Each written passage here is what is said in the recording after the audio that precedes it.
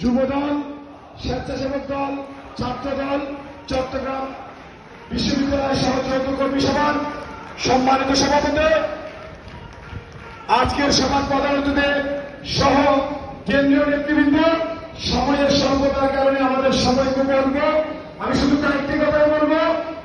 বাংলাদেশ জাতীয়তাবাদী যুবদল, স্বেচ্ছাসেবক দল এবং ছাত্র দলের তৃণমূলের কর্মীরা গত 17টি বছর তিল তিল করে আন্দোলন করে আজকের এই অবস্থায় এসেছে।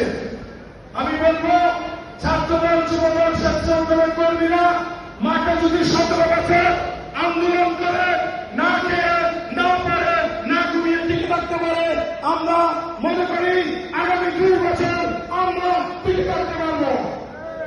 শুধু তার জন্য প্রয়োজন কেন্দ্রীয় নেতৃবৃন্দের, বাংলাদেশ জাতীয়তাবাদী যুবদল, স্বেচ্ছাসেবক এবং ছাত্র দলের তৃণমূলের কর্মীদের প্রতি সহমর্মিতা এবং আন্দোলনের সময় যেই সহানুভূতি নিয়ে, যে আন্তরিকতা নিয়ে মিশেছেন, সেই আন্তরিকতাটা বজায় রাখা। আমরা যারা তিলে তিলে 17 বছর টিকেছিলাম, আরো 2 বছর টিকে থাকার জন্য সকলকে আগামী দিনের রাজপথ থেকে এই দেশে যে আন্দোলন সরকার গঠনের জন্য হবে, আমি মনে করি আমাদের সেই সাধনায় সবাই একসাথে এই অন্যায়, অবিচার এবং অপপ্রচারের বিরুদ্ধে দাঁড়িয়ে আমরা টিকে থাকবো।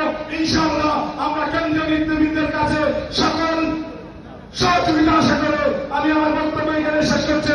বাংলাদেশ জাতীয়তাবাদী স্বেচ্ছাসেবক দল জিন্দাবাদ, তারুণ্যের অহংকার তারেক রহমান জিন্দাবাদ, জিন্দাবাদ, জিন্দাবাদ। ধন্যবাদ আকবর ভাই।